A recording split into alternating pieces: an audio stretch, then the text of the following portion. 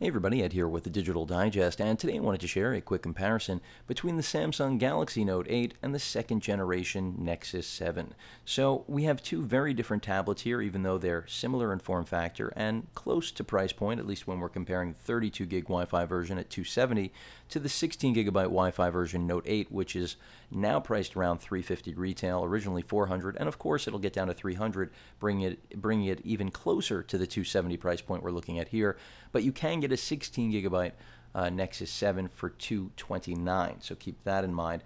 But at the same time, I do recommend the 32 gig version simply because storage is not expandable. Even using an on-the-go host cable with micro USB port that's also used for charging and video out, you're still going to face at least the hurdle out of the box of using something like that with a hard drive or jump drive. You'll have to actually buy an application in the marketplace. So something to note about storage expansion when we talk about Nexus products. This is inherent in all of Google's Nexus devices, phones, and tablets alike. But nonetheless, it still does represent some of the very best hardware you can get at one of the lowest prices in the entire marketplace. And much like the original generation, as I have mentioned in my initial review, this tablet redefines the marketplace, as does the Samsung Galaxy Note 8. Even though it is slightly more expensive and only has the amount of internal storage that the base model Nexus 7 has, it does have a micro SD card slot for storage expansion. It does have robust software that is just inherently non-existent on Nexus devices, because after all, this is a vanilla 4.3 Jelly Bean experience. This is what Google wants you to experience in their vision of a tablet, much like if you go with the Nexus phone line. Again, same theme for those of you unfamiliar. In fact, it does very much resemble what Apple has done with their brand, both in mobile as well as the iPad brand. However, the iPad brand really is very much identical to the iPhone. And that's something that unfortunately Google has mirrored on a lot of different levels, but I'm not going to get into that today because it's really about whether or not this tablet or the Note 8 is right for your needs. So two really competent tablets, again, pure vanilla Android, TouchWiz Samsung enhancements all over the place, which some will love, others will despise because they'll end up blaming lag or occasional hiccups on, whereas they would expect the raw performance of Jelly Bean on its own to just be as smooth as butter. And it is. I mean, the Nexus 7 is a phenomenal performer. You get better battery life here also. I want to point that out. The Note 8, a little bit more of a hog. I think that's because you have a little bit of a fresher piece of hardware in there in terms of the processor. Let me go over specifications. I haven't, thus far. In terms of chips, we're looking at very similar performers. The Nexus 7 has an S4 Pro, which is manufactured by Qualcomm. It is a quad-core chip, and even though it's an S4, it is actually, in terms of the architecture, pretty much identical to their S600, which is definitely a higher-end chip. Now, the top line is the 800. That's not what's in here. But that should give you an idea, even if you don't know anything technically, which you really don't need to, about processors, that this is beyond the mid-tier chip that would be found in most budget tablets, or not even in most budget tablets, because for those of you who watch my comparison of this to the Galaxy Tab 3.7, you know that the Marvell chip in there can't even hold a candle, let alone anything, to the performance of the Qualcomm chip inside the Nexus 7 2nd Gen. So the processor is great in here. You've got an Exynos chip in here, the same one found in the Note 2 and 10, which is a very solid performer, benchmarks right around the same spot as this tablet. It really can go either way depending on what benchmark you plan to use. So there's no clear winner here, but in terms of graphics performance, this does have a later chip there as well. Again, this is newer hardware. It should. This tablet's been on the market for months. This tablet just came out at the end of July, so it should have newer hardware. Arguably, at its price point, it's very tough to do that, but again, that's where the Nexus brand lives up to, shortening, bridging, getting rid of that digital divide, and I give Google a lot of credit. Now, in terms of the actual RAM on board, they both have 2 gigs of RAM, DDR3, so not too much of a difference there, but I did mention graphics. You're looking at an Adreno GPU in here that's going to outperform the chipset that's found in the Note 8. It's just a matter of fact that'll also show up in benchmarking. So for gaming, this is the better device. Is it that much of a difference? No, it's not like jumping up to a Tegra 4. That would be my closing piece there on the gaming question. And quite frankly, I myself wouldn't use either of these for gaming, but I know a lot of people will love to use them for gaming because they are the perfect form factor. If you're on the go, traveling, these are the type of tablets you want to have with you. They're powerful. They can do everything that any 10-inch tablet can, granted the limitations of the storage expansion and host capabilities, because really you're going to only be using this out of the box, like I said, without buying an app, with a keyboard and other accessories, controller. That's what Google wants you to be able to use, and that's where I say it's reminiscent of Apple, sadly. But that is what the Nexus allows them to do. At least they don't kill us on pricing. That's where they aren't like Apple, and that's why I can't really compare them directly, and I try to avoid it because even though they may be executing now a similar vision as their product has matured, they are not gouging the market like Apple's been doing since inception. But overall, processor, as I said, very similar. RAM, similar. GPS performance. Now, the Nexus 7 has been catching a lot of slack, as it should be. A lot of users have been reporting problems. I really have not had many issues, so I don't have a lot to report in the way of GPS problems. But I think that eventually, if this is a hardware or software issue, it will get worked out. ASUS does have a track record, of course, with the Transformer line of having notoriously poor GPS, so I wouldn't be surprised if there is something hardware related. I'm not knocking ASUS. They're still one of the best manufacturers out there. In fact, that's why Google has partnered with them on the original Nexus 7 and the one we're looking at here. GPS I can't really speak to. Here it's rock solid. No one has really complained about the Note 8 GPS, so do keep that in mind. You cannot pick up either of these tablets in an LTE or I should say wireless beyond Wi-Fi capability. There are no cellular radio enabled versions of these tablets yet, but they are planned, and I'm sure they will sell like hotcakes because, again, these are the best sub 10-inch tablets on the market. Now, whether or not you want to dive into other things like Wi-Fi, that is another area that they are very, very close, both dual band, and it should be critical to you because they are only Wi-Fi tablets, only as good as the throughput that they can pull from your network. And as far as I can see, both perform very well. I'll be doing some web browsing in a second so that you'll get some real-world demonstration, and I'm nowhere near my router, so that should demonstrate things. As far as NFC, that is something you have on the Nexus 7. It's vacant from the Note 8, but I would say in exchange, of course, you get a lot of other features here like the IR remote as well as expandable storage, the S Pen, better, more feature-laden software, as well as a camera with better software. But again, I think all of you at the end of the day are mostly going to focus on the price point, and that's where the Nexus 7 just destroys all of the competition. So even though it has corners cut, they're corners most of you are willing to live with.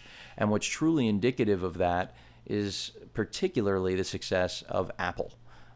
And this device is really a tremendous crossover device for Apple users who have come around to wanting to pick up an Android device, because this has been received by even Apple fanatics at this point or I should say very welcomed and well received, because it really is one of the best sub 10-inch tablets ever made.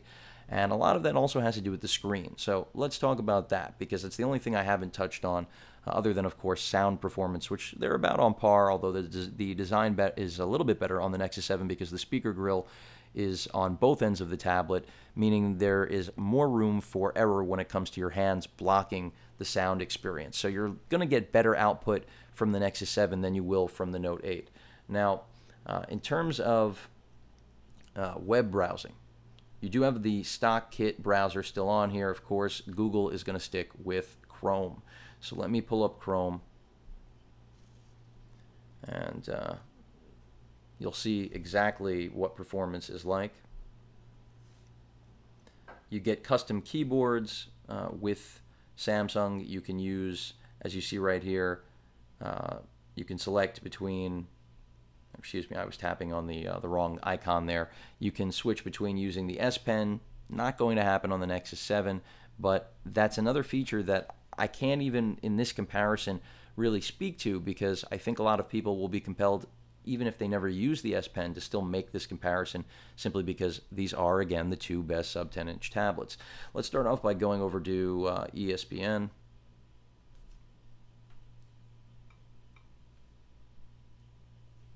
And we'll see how things load up. Let's see if I can get this timed exactly at the same time. Looks good. We're getting a mobile version, even though you all may have noticed I did actually touch on the full version, but not a big deal. Scrolling, right now the Nexus 7 is unmatched, and that's where the pure Android experience, the vanilla 4.3 and those updates coming in, they're going to provide some of the best overall tablet experiences you're going to get. And that's in fluidity, that's in speed, that's in every regard. And that's where some people will look at TouchWiz and say, bleh, you know, they're not interested, frankly. They don't want to have anything hampering performance. On the other hand, as I mentioned, very feature laden. So it really comes down to what you're expecting out of one of these tablets. And right now, this tablet, the Nexus 7, as I mentioned, price is going to keep bringing people back. Let me get us out of the mobile so you guys can see exactly what desktop performance is like. And this will again serve the same purpose. See, right on point with the Wi-Fi there. They were pretty much exactly on target. Pinch to zoom, very close. You know, neither of these devices is laggy, but there's no question the Nexus 7, I think, seems to, most of the time, outperform it marginally. But if we go to something similar here, you can check out the resolution. Now, I mentioned earlier, before I went onto the web browsing, screen resolution, because I hadn't touched on that. And I didn't forget it, don't worry. We're looking at a 1280 by 800 res PLS display on the left. And a lot of you will hear that resolution. Who cares what the PLS means? Frankly, it is a good thing. It's Samsung's proprietary answer to the IPS technology that's used on the right with the Nexus 7. And PLS does outperform IPS, in my opinion, on just about every level. The only problem is, of course, a lot of people are going to be focused on, you've got a lot less resolution or pixel density when compared to the Nexus 7, which is sporting a 1920 by 1200 resolution IPS display. But pixels don't mean everything. This is a marketing scheme. It always has been since Apple began the entire pixel race. And Samsung hasn't played to it here in the Note 8 simply because of margins and, quite frankly, what the human eye can actually ascertain. So what do you really need the resolution for? Well, I've zoomed in all the way here. I will actually zoom in now with the camera as well. You can all try to use your eyes and be the judge of what you can really see. There's no question that the Nexus 7 is sharper. I will not for a moment argue otherwise, and it should be with that resolution. In terms of color accuracy, the PLS display is actually the winner.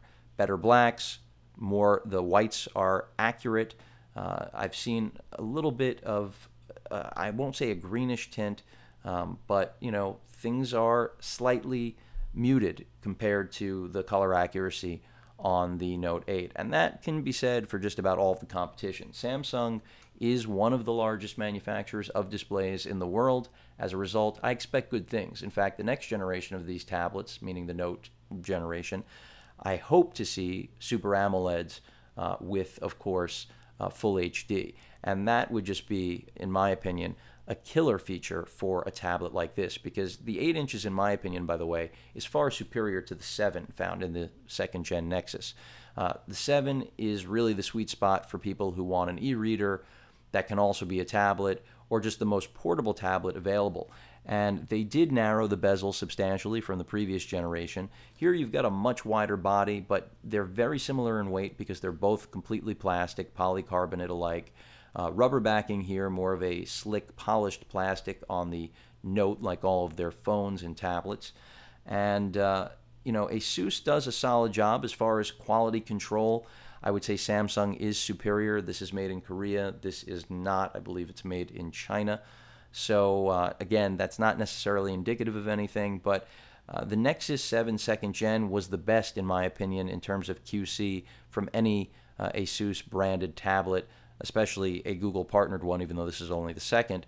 But there are rumors now that they're going to be making the new 10-inch tablet, a clear sign that Samsung is moving away, or the partnership, the dynamic is shifting, changing, however you want to perceive it.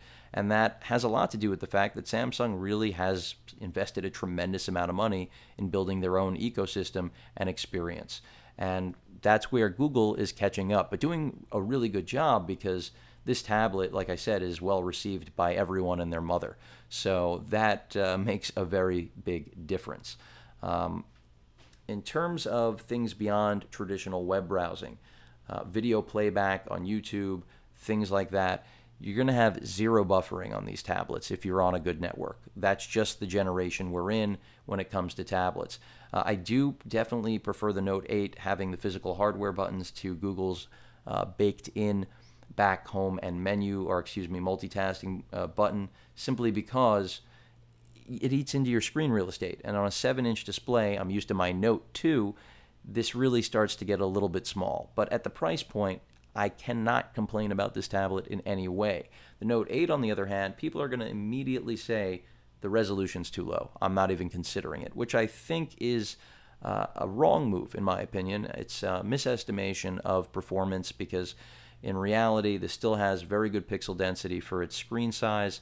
There's no question the Nexus 7 resolution is overkill. It's, again, a result of marketing and just this push to be able to say you've got the highest res screen on the market, which the Nexus 7 right now does have among all tablets. So that is a bragging right. The Note 8 doesn't have it, but it has a lot of great features. As I mentioned, infrared remote control, more robust software, camera, S Pen, and most importantly, micro SD card slot and traditional video out, using cables you probably already own. Also, host support is more rich on the Note 8. You're not going to have to buy an app like you will with the Nexus 7 in order to access things like hard drives and jump drives. So these are all things to take into consideration. Let me jump back to the home screen. I also think the 8-inch screen size is just far superior. A lot of people will liken this to the iPad mini, and I understand why. We've got a much more narrow bezel on the side. The height of the tablet has been lengthened, and that really, again, speaks to more of an e-reader experience, as does this high-res display. But as a photographer, I think the high resolution, even though the color accuracy is not brilliant by any means, is still phenomenal, especially with NFC. I've already done some demos on the RX100 Mark II and its NFC capabilities. With a tablet like this, it's a beautiful pairing. Also, you've got Wi-Fi in most new cameras, so it's very easy to be able to be reviewing your pictures almost in real time now without having to buy something like an iFi card using either of these tablets. But the NFC, in my opinion, is a great feature that I wish was in the Note 8. That won't matter to a lot of you, but it's still a necessary or worthy mention. In terms of the camera, let me bring that up, because I mentioned the camera and the fact that it's a little bit more rich on the Note, and it is. And you can see it already right now. This is a brand new interface that Google's introduced in this latest build. Some people like it, some people hate it. It's definitely new.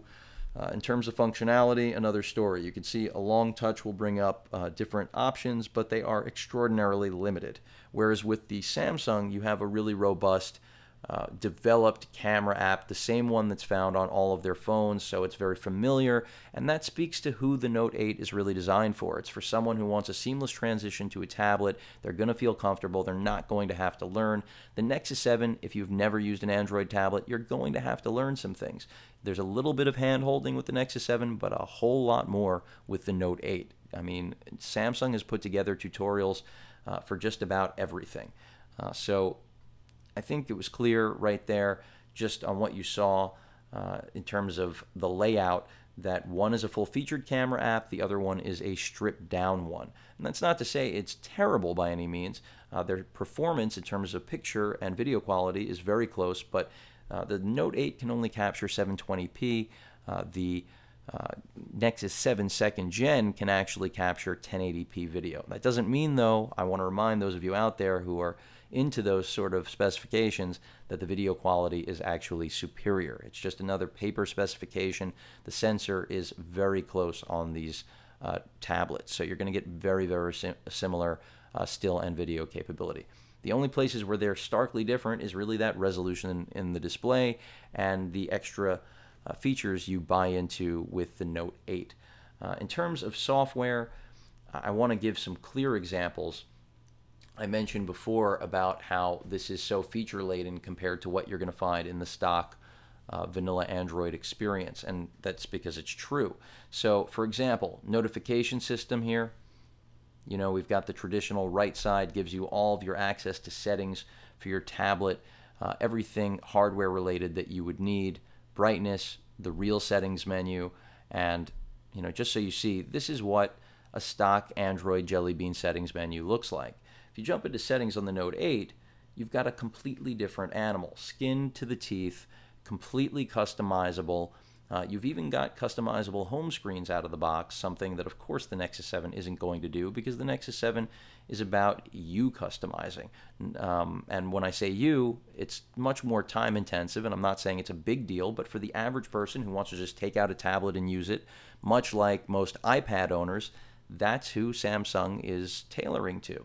And that's not a bad thing as long as the hardware stays great. And Samsung does continue to deliver best in class, because after all, the Exynos chip in here and the new Exynos chip that they're about to launch in the Note 3, as well as the refresh on the Note 10 and hopefully the brand new Note 12.2, all of those tablets will have the fastest processor on the market, at least in competition with the Tegra 4, which has finally started arriving in the form of some Toshiba tablets.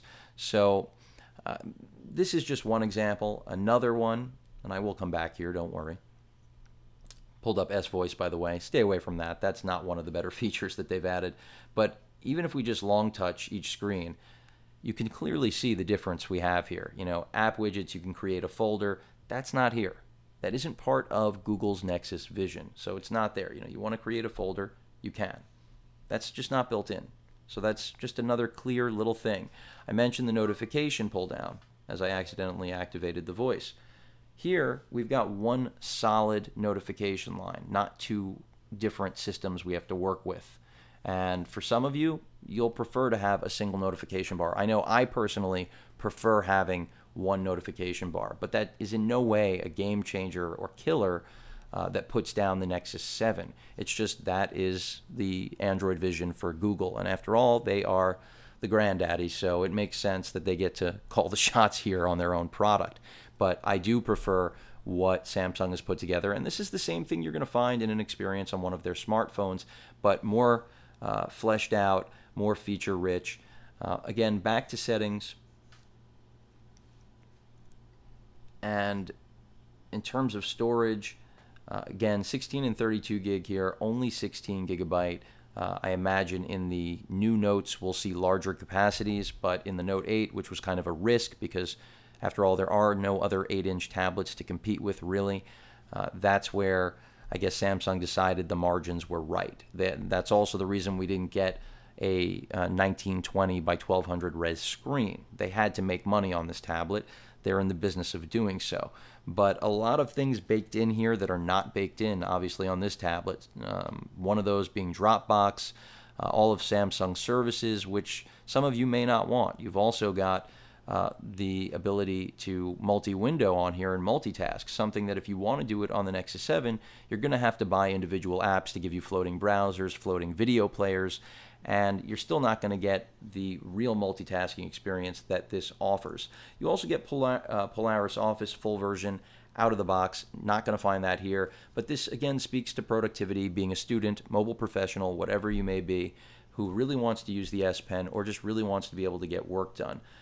This has been expanded from what was originally launched with the Note 2 and 10.1, and it's great. I mean, this is one of those features that for some of you will make you look past the resolution gain and the price difference with the Nexus 7. You also have Smart Stay here, which is a great feature that identifies whether or not you're still looking at the tablet in order to keep the screen on.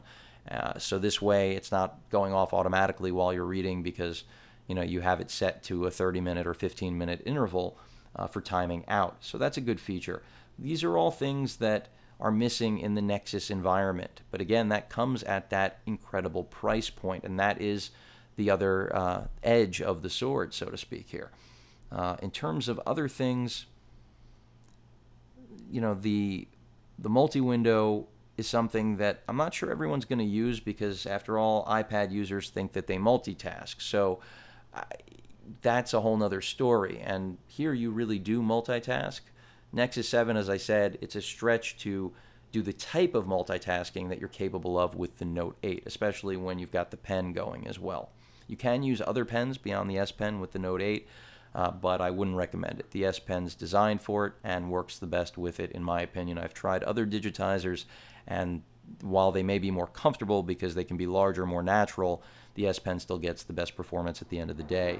I mentioned earlier battery life far superior with the Nexus 7. If that is on your priority list, then take my advice, because around 6 hours to 7 if you're lucky here, get some power saving modes going.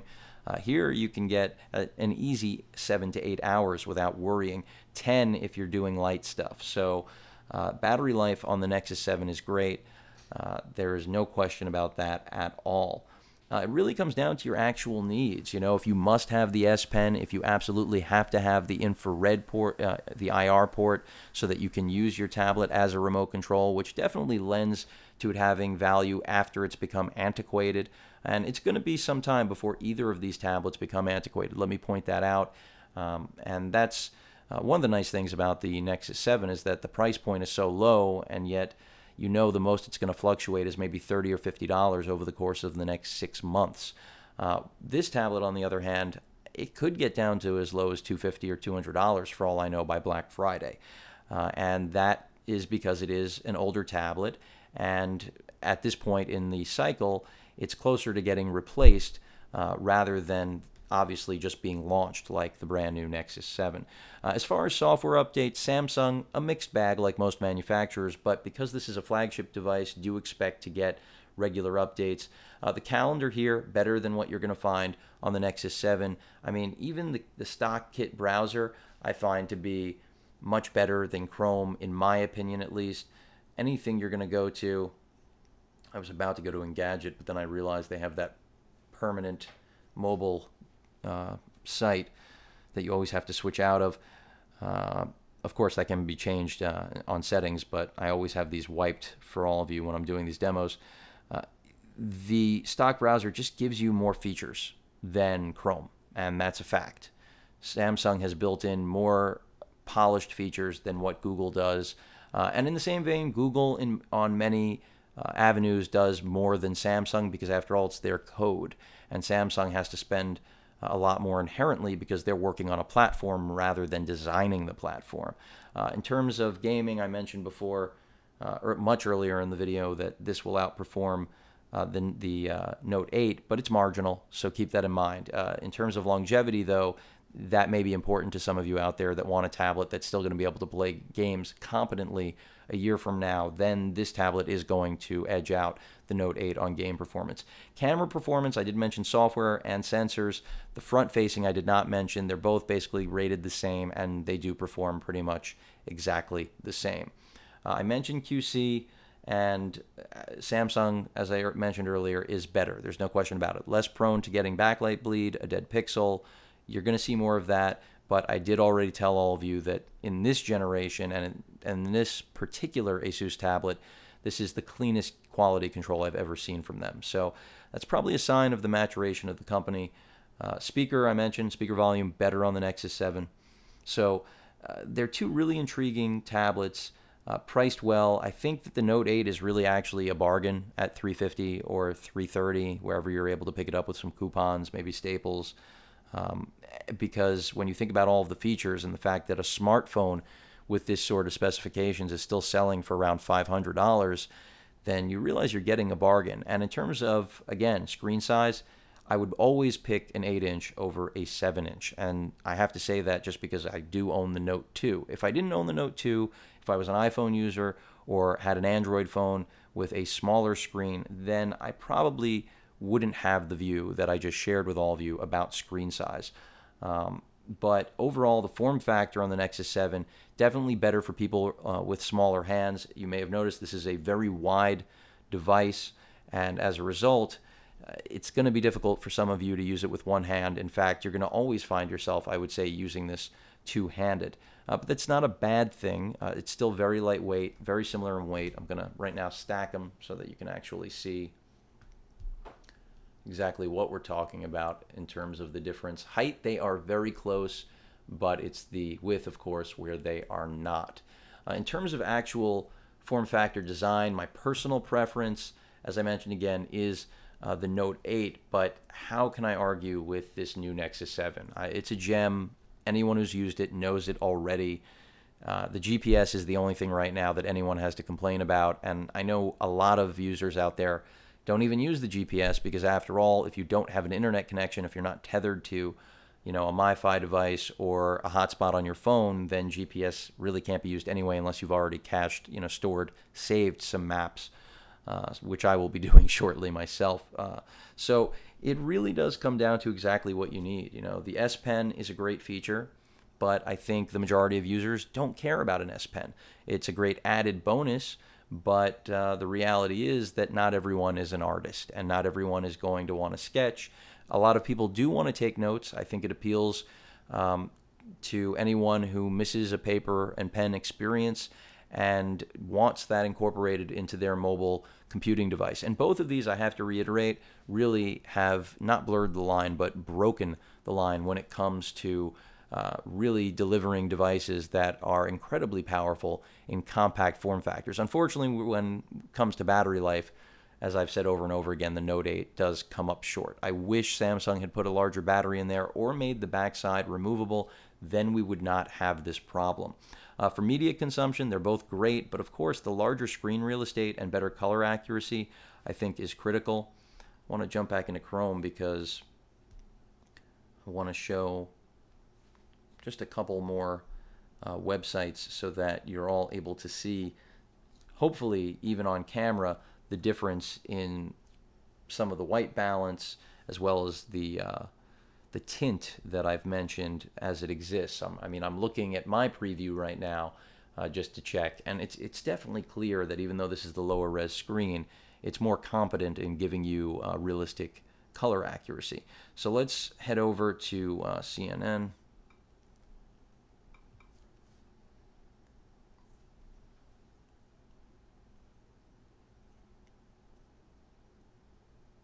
And aren't they always refreshing? But I think you should be able to see the white levels in terms of, at least to my eye, it seems that the white is a little bit more accurate, truer, as are blacks on this tablet. But that's because it's PLS. That has nothing to do with resolution.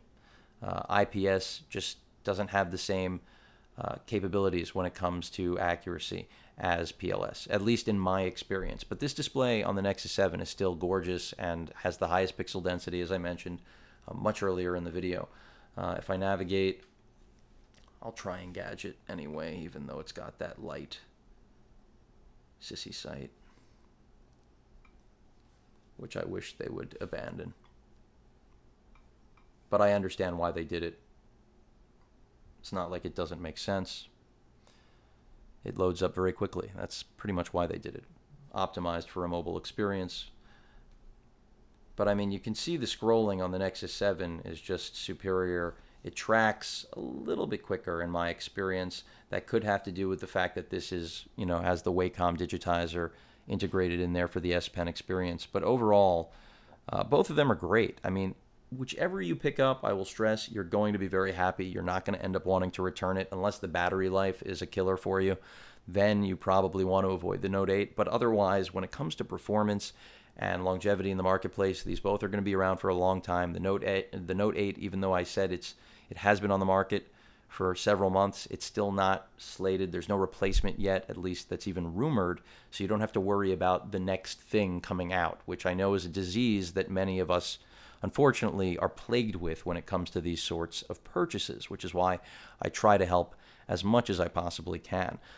For those of you that have made it through all 30, almost 5 minutes thus far, kudos to you. But these are, again, two extraordinarily popular tablets, and they're so close in price and performance that they are inherently going to be compared, and exhaustively done so at that, because they're just great. When have we ever had two sub 10-inch tablets at such affordable price points that give you two very different experiences that in their own rights, or in their own ways, are both excellent, and especially under one OS? I mean, these are both Android, and that's where, as I mentioned before, there's a stark contrast between the two, because even though they're both running Jelly Bean, 4.21 here, 4.3, but this is pure stock, and it's just completely different. Again, I'm just doing this for the color accuracy, so hopefully something comes through that all of you are able to see. I'll jump to another website. DP Review, I'm sure many of you are familiar with. This should show off some of that black performance that I was mentioning as well. And again, this just comes down to display technology. We'll also see if, text resolution, what you can make out. I know I've done one sample already. I'll bring it in again. Black contrast, definitely better for reading anyway. I'm going all the way. Let's see. Let's get in there. All right, so I'm at the long end of the lens. We can't go any longer. This is 11 times now. You may or may not see a difference. From what I can see on my preview, very little difference. In person, though, there's no question the text is sharper on the Nexus 7, as I demonstrated previously on the zoom in I did before, even though I didn't go as tight and we didn't have this perfect contrast for comparison. So again, sharper text on the Nexus 7, better e-reading experience, better performer overall in terms of internal hardware, but no S Pen, no infrared, no micro SD slot for storage expansion, and really the gain is in the form of money saved in your pocket. But if you actually need any of the things that the Galaxy Note brings to the table, including just that familiarity and comfort of being on a device that you already can easily transition to, as I mentioned, then the premium, in my opinion, is well worth it. And as this tablet becomes less expensive, it's only going to be more attractive. In fact, I think that's when it's really going to do very well. And that will encourage Samsung to continue to support it, and could be, because sales numbers are what, and that is the end and be all of software support. If something does poorly, the company isn't going to update the software. It just doesn't make sense. There aren't going to be enough customers to actually warrant the work, the time. So, of course, you don't have to worry about that with the Nexus 7, because even when Google decides to stop pushing it updates, there will still be ways to update it. It is a completely open device, and that, again, really won't matter to a lot of you. I think that price point is what gets everybody in the door, and now that it's actually being distributed at just about every retailer, as opposed to the original Nexus 7, which could only be found in a fall, I think it was a few. It was not even a handful. I was going to say a handful of retailers, but I think it was Staples, Micro Center, and that was about it. I'm trying to think. I think Newegg. It was ridiculous. You couldn't go to Best Buy, which clearly is the only chain really left nationally that is everywhere. Not that it's in any way a favorite of mine. And you couldn't use Amazon either, whereas now the new Nexus 7 is available through Amazon. I'll have a link in the description as usual for both of these tablets, but you can get it directly through Amazon, and if there's still no tax, great for you. And in my opinion, the Nexus 7 really now is the sub 10-incher to beat, but the screen size and feature specs here really do put the Note 8 in a different class of tablet, and it should be. That's why it was originally priced at $400. It's just that the Nexus 7, it did what it did last year. It came to the market and it shook things up, and that's why a premium flagship tablet like the Note 8 could actually end up sitting next to something like the Nexus 7. Because quite frankly, I wouldn't compare the original Nexus 7 to other flagship tablets, because as good as it was, it still wasn't quite there in my opinion. This version, everything they've done is an improvement, other than the GPS, of course. every single element has been a great, great improvement. This is not a marginal specification bump up. This was a redesigned tablet that just destroys everything out there. But again, the Note 8, great tablet. I love them both. So it's tough, folks, but hopefully this has helped you. I think, I've gone through everything you could possibly want to know about both of these tablets, and they're both still the best that are currently available. If you guys have any questions or comments, please feel free to post them. And of course, as usual, please feel free to subscribe. Later.